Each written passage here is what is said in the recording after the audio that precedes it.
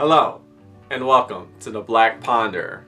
Today we're talking about The Trial and Death of Socrates by Plato. Now, Plato is a philosopher who was Socrates' student, and he portrayed a lot of his philosophical thought through what's called dialogues, which is basically little fables or stories that he wrote that are dialogues between two people. One of those people is mostly Socrates. And the trial and death of Socrates is told through the three dialogues: Euthyphro, Apology, and Credo. This version, by the way, is a liberal Library of Arts version that is published by Prentice Hall. The trial and death of Socrates is a great gateway into philosophy. If you're interested in philosophy and you're a beginner, you're a layman, maybe you've seen a movie with a lot of philosophy influence, like, I don't know, The Matrix or something like that. There's so many movies, Fight Club, or also a ton of animations, especially Japanese animation, like Neon Genesis Evangelion, that's heavily influenced with philosophy. And you saw this type of media, and you're like, wow, I want to study what are they based off of. And then you look up a lot of philosophy books. They're very complicated, hard to understand, but a good start is with The Trial and Death of Socrates. Basically, The Trial and Death of Socrates is pretty much the foundation of Western philosophy. It kind of all starts here because Socrates is kind of the forefather of trying to build conclusions based off of logic and reason rather than emotion and egotism and just what people tell you. The Trial and Death of Socrates is basically about how Socrates went around the area of Greece, and he was having a lot of dialogues with people, a lot of controversial dialogues, because he would challenge people and he would bring the flaws of their logic to light. And a lot of people didn't like that, and eventually one person who was connected with the government of Athens said, I'm going to take you to trial because you're just getting annoying. And they charged him off of corrupting the youth and also impiety, which is basically going against religion or going against the gods. I have to say, before getting into the meat and bones of the trial and death of Socrates, first we got to talk about how, I can so see how this guy was put to death, because he can be kind of annoying, Socrates. Now, I'm not saying that I don't like Socrates, and his effort is very admirable, and the way he's searching for truth by pushing the limits and going to the logic of it and to the heart of the reason behind it, that's great. But I can definitely see how people just got sick of him because some of his dialogues with people is just like, oh, I can so easily put myself in the other person's shoes, and they're probably like, man, this guy's he's really annoying. For example, he's having a conversation with Euthyphro. Euthyphro's father killed one of his slaves, and Euthyphro feels this is wrong, and he's asking Socrates for some advice about that. And Socrates calls him out. He's like, how do you know what's right and what's wrong? And what are you basing your morality off of? And Euthyphro was challenged. Here's how the conversation goes. Is not that which is being loved in a state either of becoming or of being affected in some way something? Certainly. Then the same is true here as in the former cases. A thing is not loved by those who love it because it is in a state of being loved. Necessarily. Well then, Euthyphro, what do we say about piety? Is it not loved by all gods according to your definition? Yes, because it is pious, or for some other reason. No, because it is pious. Then it is loved by the gods because it is pious. It is not pious because it is loved by them. It seems so, Socrates. But then what is pleasing to the gods? It is pleasing to them. It is in a state of being loved by them because they love it? Of course. Then piety is not what is pleasing to the gods. And what is pleasing to the gods is not pious, as you say, Euthyphro. They are different things. And why, Socrates? Because we are agreed that the gods love piety because it is pious, and that it is not pious because they love it. Is it not this so? Yes. And what is pleasing to the gods? Because they love it is pleasing to them by reason of the same love, and that they do not love it because it is pleasing to them. True. Then, my dear Euthyphro, piety and what is pleasing to the gods are different things. If the gods had loved piety because it is pious, they would also have loved what is pleasing to them because it is pleasing to them. Never mind whether the gods love it or whether it has other effects, we shall not differ in that point. Do your best to make clear to me what is piety and what is impiety. But Socrates, I really don't know how to explain to you what is in my mind. Whatever statement we put forward always somehow moves around in a circle and will not stay where we put it. No, I think your statements you're throw are what go around about in circles. Nay, Socrates, I think that the joke is very much in point. Tell me, do you think that all piety must be just? I do. Well then, is all justice pious too? Or while all piety is a part only of justice pious, and the rest of it is something else? I do not follow you, Socrates. Exert yourself, my good friend. I am not asking you a difficult question. You know, I was trying to ask you for advice, but if you ain't gonna tell me what I need to be told, man. Here's another conversation with Meletus, the guy that charged Socrates. Come here, Meletus. It is not a fact that you think it is very important that young should be as good as possible. It is. Come then.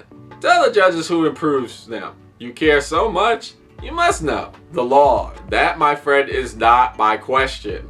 What man improves the young who begins by knowing the laws? The judges here, Socrates. What do you mean, Meletus? Can they educate the young man and improve them? Certainly. All of them? Or only some of them? All of them. Duh. By hair, that is good news. Such a large supply of benefactors. And do the members of the audience here improve them or not? They do. And do the counselors? Yes. Well then, Meletus, do the members of the assembly corrupt the young, or do they again all improve them? They too improve them. Then all the Athenians apparently make the young into good men, except me, and I alone corrupt them. Is that your meaning? Certainly, that is my meaning. You have discovered me to be most unfortunate. Now tell me, do you think that the same holds good in the case of horses? Does one man do them harm and everyone else improve them? On the contrary, it is not one man only, or a very few, namely those who are skilled with horses, who could improve them, while the majority of men harm them if they use them and having anything to do with them? Yes. Is it not so, Meletus? Both with horses and with every other animal? Of course it is. Is there anyone who would rather be injured than benefited by his companions? Answer, my good man. Certainly not. Well then, you are prosecuting me for corrupting the young and making them worse. Voluntarily or involuntarily? For doing it voluntarily. What, Meletus? Do you mean to say that you are so much younger than I, are yet so much wiser than I, that you know that bad citizens always do evil and that good citizens do good to those with whom they come in contact?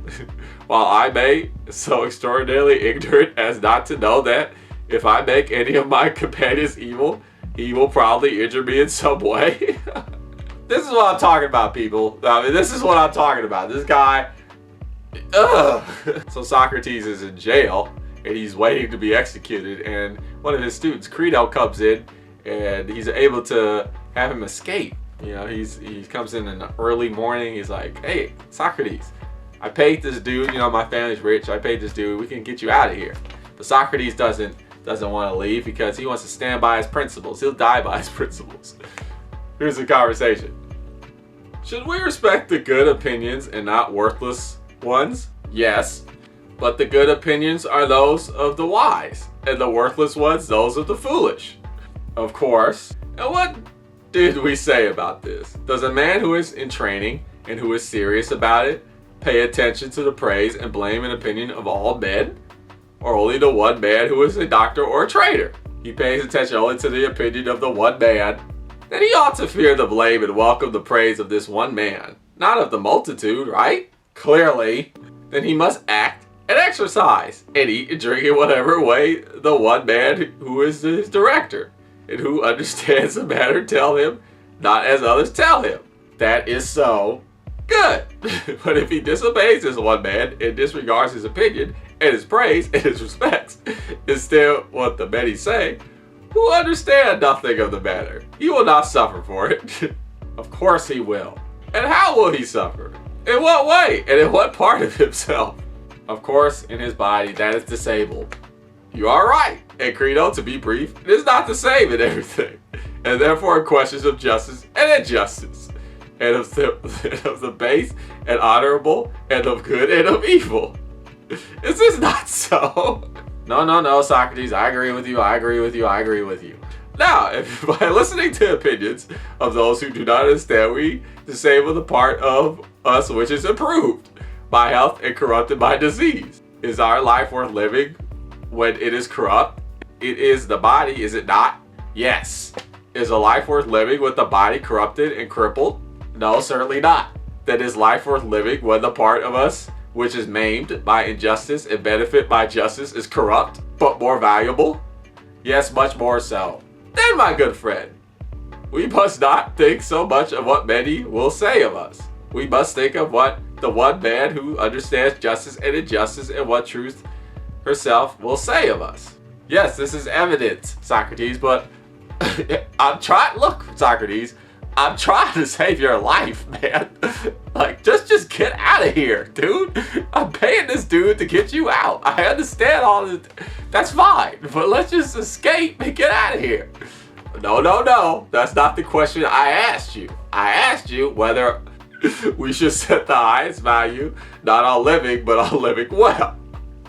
And Socrates was asking to die. He really was, especially back in these times. Like, you can't just talk like that and think like you're not gonna. I mean, he must have annoyed so many people. But despite that, he was right. He was right to annoy all those people. He really was, because he was about going to the truth of the matter. That's the most important part. And I agree with him.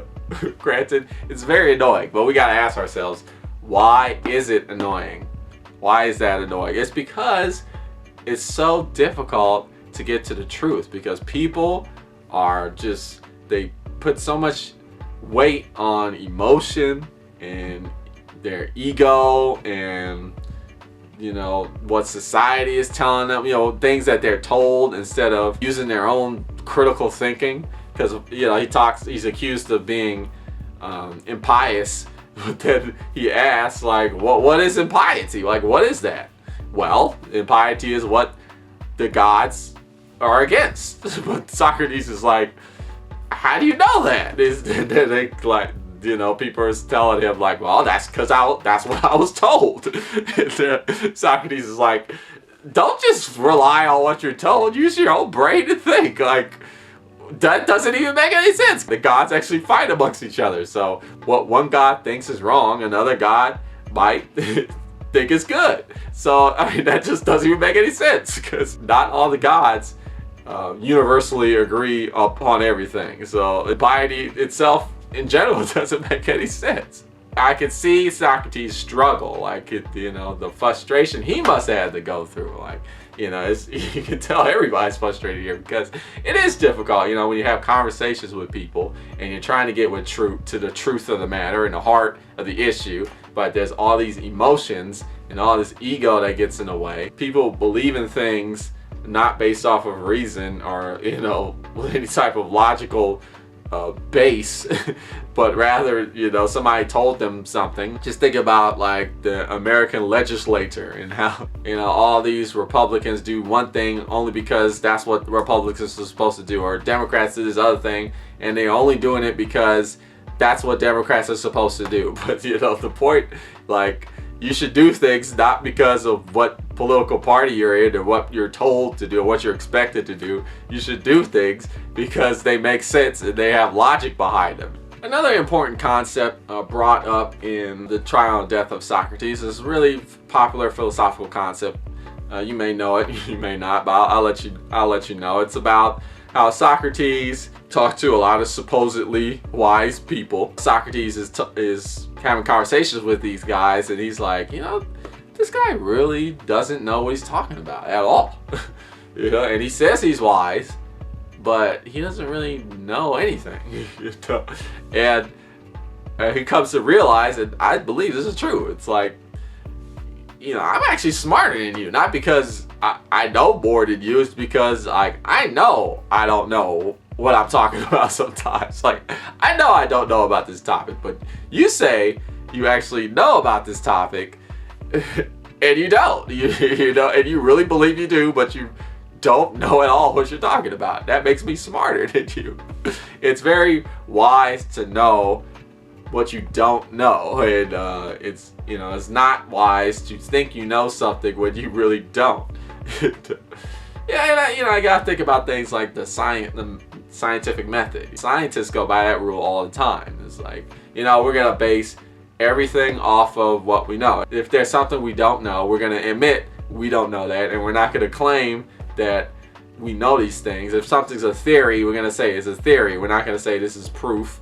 We're gonna say, like, this is something I proposed, and I'm gonna work hard to prove it. And if I don't prove it, then hey, it's just a theory, and it's just out there. But I think that there's a lot of things in life that we can solve with reason and logic. For example, things like the global economy, global warming, war, all types of things that are happening today. A lot of these things are happening because we're basing our conclusions off of emotion, egotism, what we're told, and not off of just us using our own critical minds and thinking about the logic and the reason behind these things. It's just the tip of the iceberg. The Trial and Death of Socrates goes over a lot of different things, and I encourage you to read it, especially if you want to get involved in philosophy, you want to learn about philosophy. Again, this is a great starting point. It's very easy to understand. It's also a way for you to start understanding in philosophy how ideas are built. They're built off reason and logic. They're not built off of how I feel and what I've been told. You're encouraged to read a philosophical thought and think about it on your own. Is that something that I agree with? And does that make sense, or does it not make sense? Nobody's telling you should believe in this stuff just because I said so. It's a great book. Check it out. The Trial and Death of Socrates. There are many different versions. This is The Black Ponderer. I'm Neil Trotter. Thanks for watching. I'll see you next time.